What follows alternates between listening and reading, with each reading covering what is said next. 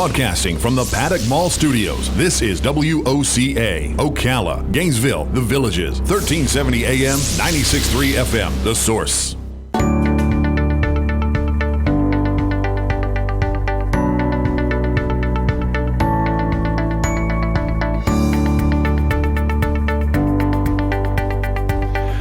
All right, 24 minutes before 11 o'clock. Thank you for tuning in. If you've paid attention to the news regarding the CBD oil, the hemp products, etc., and you're old enough to remember when all that stuff was considered taboo or illegal even, of course it was, right?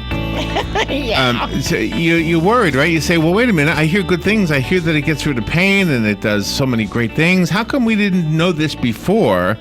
And now you're still kind of a little bit gun-shy because of all that, I don't want to call it brainwashing, but I'll just use that word even though it might not be right, but all that brainwashing we went through about how it would make you feel, right? And all that stuff. Karen Howard is on the phone. She's the CEO and Executive Director of the Organic and Natural Health Association. She's going to help us out with this a little bit. It says in my notes here that people are confused about CBD oil and hemp. I don't know what to say after the word hemp, because I don't know if it's an oil or is it a cookie? What is it? It's a rope, right? It's a rope. Karen Howard, good morning. Good morning. How are you? I'm well. Thank you very much. It's a pleasure to be with you. And where are you? Where are you calling from? Washington, D.C.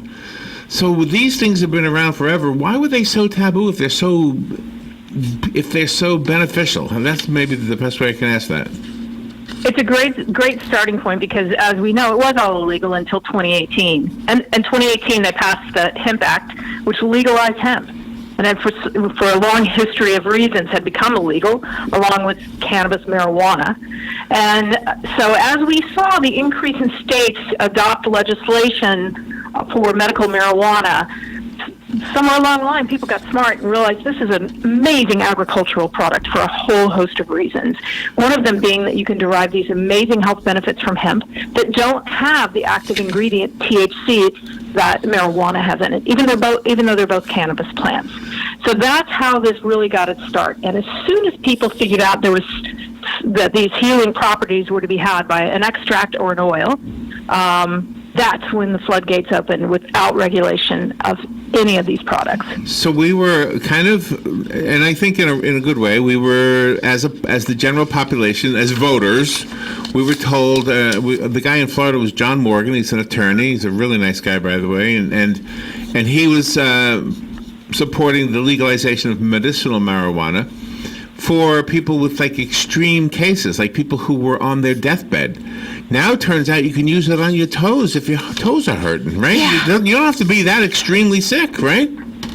That's exactly right. And that's why we have medical marijuana in 35 states. And so now when you look at what the plant actually is, and it's all cannabis, farmers say this is a great crop. We used to be able to manufacture this crop for more than just clothing. And we'd like that again. So they went back to Congress and they said, hey, with all this happening with cannabis, we'd like to be able to legally produce hemp. It's great for the environment, cleans up the soil. It has all kinds of things we can use it for other than just the traditional hemp oil that we've seen or hemp rope. So that's how the commercialization of hemp sort of derived itself.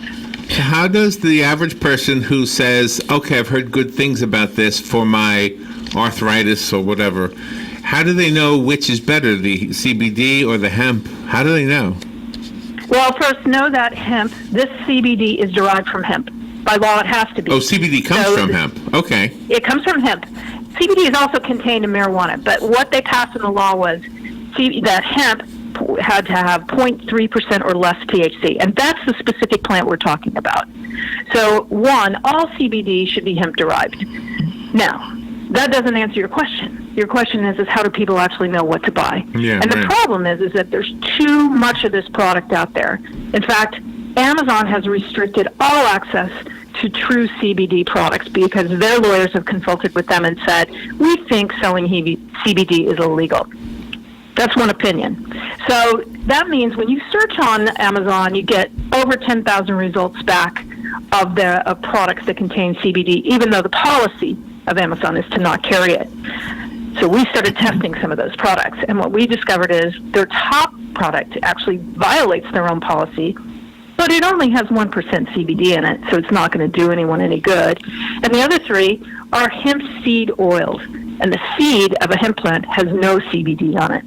So this is where it gets tricky, and consumers have to be really smart in how they go and buy their CBD. So these are some of the red flags that you're making consumers aware of. Yes.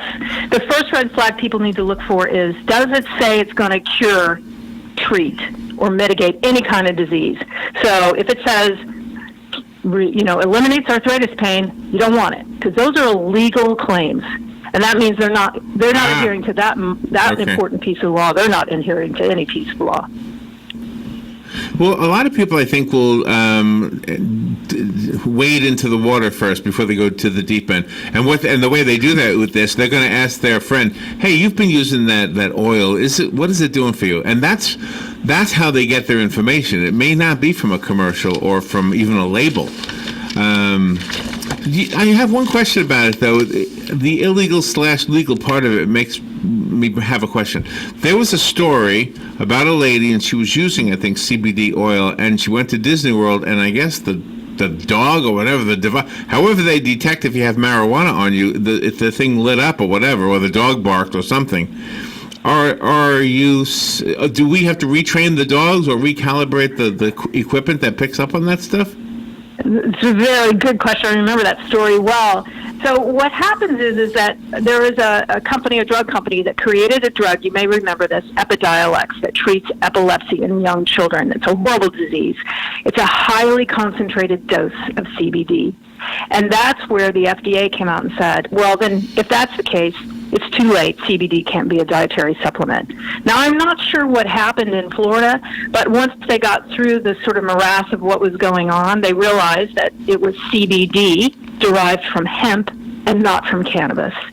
So this is where it gets really overly complicated for people to understand. And they go back and they rely on what their friends are doing. And every grandmother that I know in the country that has asked me has wanted to know what to take. And that's where it gets hard, because people want treatment for pain, stress, and sleep. Those are the 3 number 1 things they're looking for. And you can do a lot of things for yourself to get those things in your life.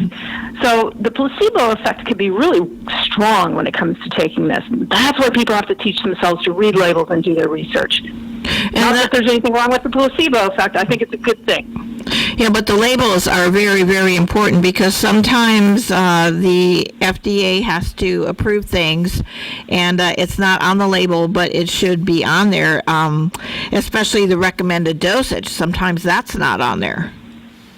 The dosages aren't on there. It may have a label that says approved by the FDA, which is actually a red flag, because the FDA doesn't have such a label. And in so many cases now, when it says broad spectrum hemp or full spectrum hemp, that actually is an indication that it actually has the ingredient in there that you want. So I'm literally recommending that people either use their physicians, if it's a medical marijuana state, go that route. Or go to the websites, use a company that you know well for dietary supplements, and you know they're highly regarded and they follow the law. Or, just even go to the website yourself and look for a certificate of analysis, so you can see the testing that's been done on it. Oh. Okay. That might be the easiest way in the world to know it's a legitimate product. And these things are expensive. One of our challenges is having a short interview and getting enough information out for the listeners, and there is never enough time. Two thoughts come to mind. That if I had a question about, let's say somebody says to me, "Hey, your shoulder looks like you could." Oh, I tried everything. I tried Bengay. I tried everything. They said, "No, try this hemp oil." I don't know. I would say to you, who would I ask? Would I just go to a doctor, or are they not even up to speed on this stuff yet? Most general conventional practitioners are not very up to speed on it. If you have access to someone who does actually understand the hemp and CBD properties, that I would go there. If you're using a medical marijuana license, that's a great access point.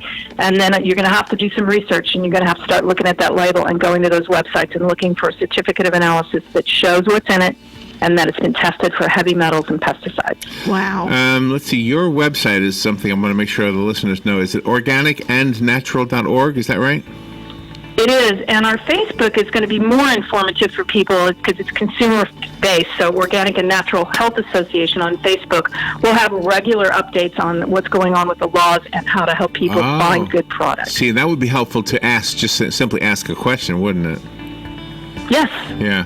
All right. Well, good information. It is in the news and it is confusing. But Karen, thank you. My hunch is that there's something good that's going to come out of this, and I appreciate the work you're doing to make that happen. Thank you. I believe that too. All right, Karen. We'll take a little break. We'll be right back.